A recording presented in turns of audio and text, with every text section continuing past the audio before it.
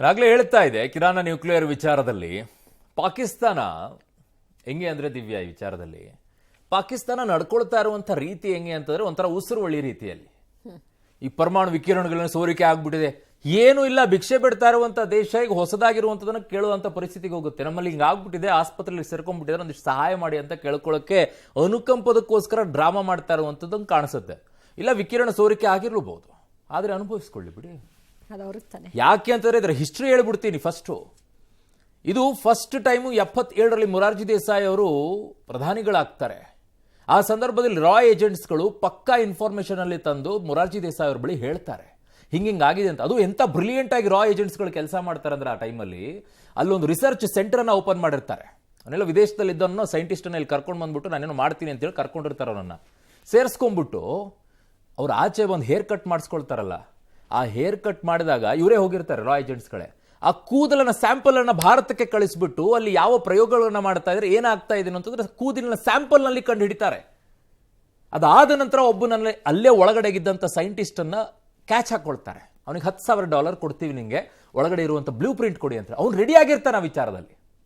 ಆ ಸೈಂಟಿಸ್ಟು ಅದನ್ನ ಮೊರಾರ್ಜಿ ದೇಸಾಯಿ ಸರ್ ಹತ್ರ ಬಂದು ಹೇಳಿದಾಗ ರಾ ಏಜೆಂಟ್ಸ್ ಇವರು ಮೊರಾರ್ಜಿ ದೇಸಾಯಿ ಅವ್ರು ಏನು ಮಾಡ್ತಾರೆ ಗೊತ್ತಾ, ಅವರಲ್ಲಿ ನಡೀತಾ ಇರುವಂಥದ್ದು ನಮಗೆ ಹಾಕಬೇಕು, ಮಾಡ್ಕೊಂಡ್ರೆ ಮಾಡ್ಕೊಳ್ಳಿ ಬಿಡು ಅಂತಾರೆ. ಇದಿಷ್ಟೇ ಅಲ್ಲ ಅವ್ರು ಮಾಡಿದ್ದು, ಅಲ್ಲಿಗೆ ಆಗಿದ್ರೆ ಏನೂ ಆಗ್ತಿರ್ಲಿಲ್ಲ. ಅದಾದ ನಂತರ ಅಲ್ಲಿರುವಂಥ ಸೇನಾಧಿಕಾರಿ ಜೊತೆ ಅತ್ಯಂತ ಗೆಳೆಯರು ಇವರು. ಗೆಳೆಯರಾಗಿದ್ದಕ್ಕೋಸ್ಕರ ಫೋನ್ನಲ್ಲಿ ಮಾತನಾಡಬೇಕಾದ್ರೆ ನಿಮ್ಮಲ್ಲೆಲ್ಲ ಹಿಂಗೆ ಆಗ್ತಿದೆ ಅಂತ ಎಲ್ಲ ಇನ್ಫಾರ್ಮೇಶನ್ ಇದೆ, ನನ್ನ ಹತ್ರ ಎಲ್ಲ ನನ್ನ ಟೇಬಲ್ ಮೇಲೆ ಇದೆ ಅಂತ ಹೇಳ್ಬಿಡ್ತಾರೆ. ಅಲ್ಲಿಗೆ ಮುಗೀತು. ಇಮ್ಮಿಡಿಯೇಟ್ ಆಗಿ 1-2-3 ದಿನಗಳಲ್ಲಿ ಪಾಕಿಸ್ತಾನದಲ್ಲಿದ್ದಂಥ 5-10 ವರ್ಷಗಳಿಂದಲೂ ಕೂಡ ಅಲ್ಲಿ ಸತತವಾಗಿ ರಾ ಬಿಲ್ಡ್ ಅನ್ನ ಮಾಡಿದಂಥ ಭಾರತ 2-3 ದಿನಗಳಲ್ಲಿ ಇರುವಂಥ ರಾ ಏಜೆಂಟ್ಸ್ಗಳನ್ನೆಲ್ಲ ಪಾಕಿಸ್ತಾನ ಹೊಡೆದಾಕತ್ತೆ. ನಮ್ಮ ರಾ ಏಜೆಂಟ್ಸ್ಗಳನ್ನು ಕಳ್ಕೊಳ್ತೀವಿ, ಆ ಪರಿಸ್ಥಿತಿಗೆ ಹೋಗ್ತೀವಿ. ನಾವು ಮಾಡಿದಂಥ ಎಡವಟ್ಟು ಮೊರಾರ್ಜಿ ದೇಸಾಯಿ ಬರುತ್ತು. ಯಾವ ರೀತಿಯಾಗಿ ನಾವು ಯೋಚನೆ ಮಾಡಿದೀವಿ ಅಂತ ಯೋಚನೆ ಮಾಡ್ಕೊಳ್ಳಿ. ಅವಾಗ ಇಲ್ಲದೆ ಇದ್ದಿದ್ರೆ ಅವತ್ತೇ ಕಟ್ಟೆ ಹಾಕಿದ್ರೆ ಅವತ್ತು ಅಮೆರಿಕ ಸಪೋರ್ಟ್ ನಿಂತ್ಕೊಳ್ಳುತ್ತೆ ಪಾಕಿಸ್ತಾನಕ್ಕೆ. ಆ ಇನ್ಫಾರ್ಮೇಶನ್ ಅನ್ನ ಕೊಟ್ಟಾಗ್ಲೂ ಸಹ ಆ ರೀತಿಯಾಗಿ ಆಡ್ತಾರೆ. ಇವತ್ತು ಪಾಕಿಸ್ತಾನದವರು ದೊಡ್ಡದಾಗಿ ಬಂದು ಬಿಲ್ಡಪ್ ಕೊಡ್ತಾರೆ, ನಾವು ನಿಲ್ಲಿಸ್ಬಿಟ್ಟಿದೀವಿ ಪರಮಾಣು ದಾಳಿ ಆಗೋದನ್ನ ಅಂತ ಹೇಳಿ. ಏನ್ರಿ, ನಮ್ಮಲ್ಲಾಗಿರುವಂಥ ಎಡವಟ್ಟುಗಳು ತುಂಬಾ ಇದ್ದಾವೆ. ಮುಂದಿನ ಸುದ್ದಿಯನ್ನು ಕೂಡ ನೋಡೋಣ. ಭಾರತ ಪಾಕಿಸ್ತಾನದ ಮಧ್ಯೆ ಯುದ್ಧದ ಆರ್ಭಟ ಹೆಚ್ಚಾಗ್ತಾ ಇದ್ದ ಹೊತ್ತಲ್ಲಿ ಅಮೆರಿಕ ಮಧ್ಯಸ್ಥಿಕೆ ವಹಿಸಿ ಕದನ ವಿರಾಮಕ್ಕೆ ಒಪ್ಪಿಸಿದೆ.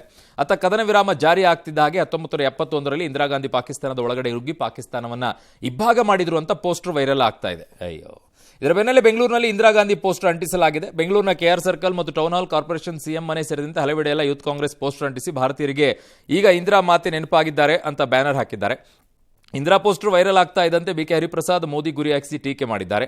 ಈ ಮಧ್ಯೆ AIC ಅಧ್ಯಕ್ಷ ಮಲ್ಲಿಕಾರ್ಜುನ್ ಖರ್ಗೆ ಅವರು ಕದನ ವಿರಾಮಕ್ಕೆ ಟ್ರಂಪ್ ಕಾರಣ ಅನ್ನೋದು ಸೂಕ್ಷ್ಮ ವಿಚಾರ ಅಂದ್ರೆ ಪ್ರಿಯಾಂಕಾ ಖರ್ಗೆ ಅವರು ಮಾತ್ರ ಪ್ರಧಾನಿ ಮೋದಿ ದೇಶದ ಜನರಿಗೆ ಸತ್ಯ ಹೇಳಬೇಕು ಅಂತ ಆಗ್ರಹ ಅವರದು.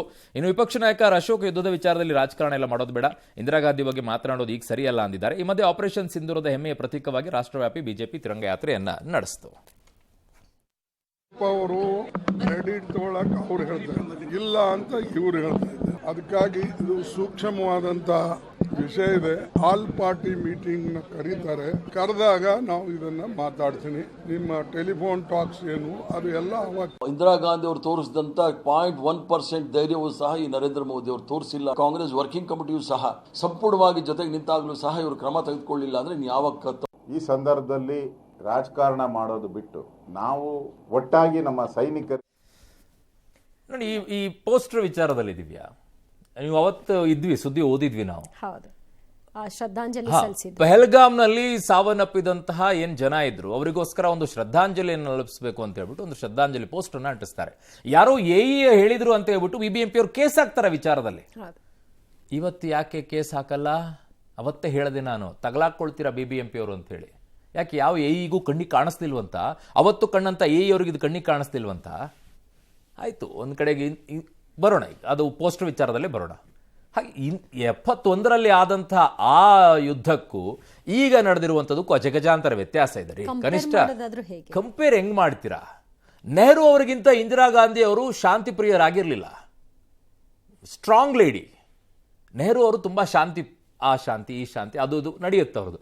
ಆದರೆ ಇಂದಿರಾ ಗಾಂಧಿ ಅವರು ಹಾಗಿರಲಿಲ್ಲ, ಸ್ಟ್ರಾಂಗ್ ಆಗಿದ್ರು. ಆಮೇಲೆ 71ರಲ್ಲಿ ಆದಂಥ ಯುದ್ಧ ಹೇಗಿತ್ತು ಅಂತಂದ್ರೆ 1-1.5 ವರ್ಷದಿಂದ ಅದಕ್ಕೆ ತಯಾರಿ ನಡೀತಾ ಇತ್ತು. ಅದು ಭಾರತಕ್ಕೆ ಅನಿವಾರ್ಯತೆ ಕೂಡ ಇತ್ತು. ಯಾಕೆ ಅಂತಂದ್ರೆ ಪೂರ್ವ ಪಾಕಿಸ್ತಾನ ಪಶ್ಚಿಮ ಪಾಕಿಸ್ತಾನದ ನಡುವೆ ಭಾರತ ಇತ್ತು. ಅದರ ಮಧ್ಯದಲ್ಲಿ ಸಿಕ್ಕಾಕೊಂಡು ಒದ್ದಾಡ್ತಾ ಇದ್ವಿ. ಅವರು ಈ ಕಡೆಯಿಂದ ದಾಳಿ ಆ ಕಡೆಯಿಂದ ದಾಳಿಯನ್ನ ಮಾಡ್ಕೊಳ್ತಾ ಇದ್ರು. ಬಾಂಗ್ಲಾದೇಶ ಹಾಗೆ ಪಾಕಿಸ್ತಾನದ ಪೂರ್ವ ಪಾಕಿಸ್ತಾನ ಆಗಿದ್ದಿದ್ರೆ ಇನ್ನೂ ಏನು ಅನಾಹುತ ಹಾಕಿತ್ತು ಅನ್ನುವಂಥ ಅರಿವಿತ್ತು ಅವತ್ತು. ಹಾಗಾಗಿನೇ ಅವತ್ತು ಅದನ್ನ ಇಬ್ಬಾಗ ಮಾಡಬೇಕಾದಂತ ಪರಿಸ್ಥಿತಿ ಬಂತು. ತದನಂತರ ಆಗಿರುವಂತ ಬೆಳವಣಿಗೆ ಬಗ್ಗೆ ಯಾಕೆ ಮಾತನಾಡಲ್ಲ ಕಾಂಗ್ರೆಸ್ ಆಗಿದ್ದಾಗ? ಯಾಕೆ ಮಾತನಾಡಲ್ಲ? ಅದು ಯಾವ ಆಧಾರದ ಮೇಲೆ ಆಗಿದ್ದಾಗ ಒಪ್ಪಂದವನ್ನ ಮಾಡ್ಕೊಂಡ್ರಿ, ಶಿಮ್ಲಾ ಒಪ್ಪಂದವನ್ನ? ಅದು ಯಾವ ಆಧಾರದ ಮೇಲೆ ನೀವು 93,000 ಸೈನಿಕರನ್ನ ಬಿಟ್ಟು ಕಳಿಸಿದ್ರಿ? ನಮ್ಮ 54 ಸೈನ್ಯಾಧಿಕಾರಿಗಳು ಸಾವನ್ನಪ್ಪಿದ್ರಲ್ಲ, ಆ ವಿಚಾರದಲ್ಲಿ ಯಾಕೆ ಕೇಳಿಲ್ಲ ಅವ್ರು ಎಲ್ಲೋದ್ರು ಅಂತ ಹೇಳಿ? ಕಮಾನ್, ಇಡೀ ಇತಿಹಾಸದ ಪುಟಗಳಲ್ಲೆಲ್ಲವೂ ಕೂಡ ದಾಖಲಾಗಿರುವಂತ ಅಚ್ಚಳಿಯದೆ ಉಳಿದಿರುವಂತ ವಿಚಾರಗಳು. ಕೆಲವು ಪಾರ್ಟ್ಗಳನ್ನ ನಾನು ಪಿಕ್ ಮಾಡ್ಕೊಳ್ತೀನಿ. ಅಮೆರಿಕ ಹಾಗೆ ಹೇಳಿದಾಗ್ಲೂ ಕೂಡ ನಾವು ನಿರ್ಧಾರವನ್ನ ಗಟ್ಟಿಯಾಗಿ ತೆಗೆದುಕೊಂಡಿದ್ವಿ ಅಂತ ಹೇಳೋರಾದ್ರೆ 93 ಸೈನಿಕರದ್ದು ಏನಾಯ್ತು ಪರಿಸ್ಥಿತಿ? ಉತ್ತರ ಕೊಡಬೇಕು. POK ವಿಚಾರವನ್ನ ಕ್ಯಾಪ್ಚರ್ ಮಾಡ್ಕೊಂಡಾಗ್ಲೂ ಕೊಡ್ಬೇಕದನ್ನ. ಅವತ್ತು ಹಿಡ್ಕೊಳ್ಬೋದಾಗಿತ್ತಲ್ಲ, ಶಿಮ್ಲಾ ಒಪ್ಪಂದಕ್ಕೆ ಯಾಕೆ ಅಗ್ರಿಮೆಂಟ್ ಹಾಕೊಂಡ್ರೆ ಆಗಿದ್ದಾಗ? ಚೆನ್ನಾಗಿದೆ, ನಿಮ್ಗೆ ಅನುಕೂಲಕ್ಕೆ ತಕ್ಕಂತೆ.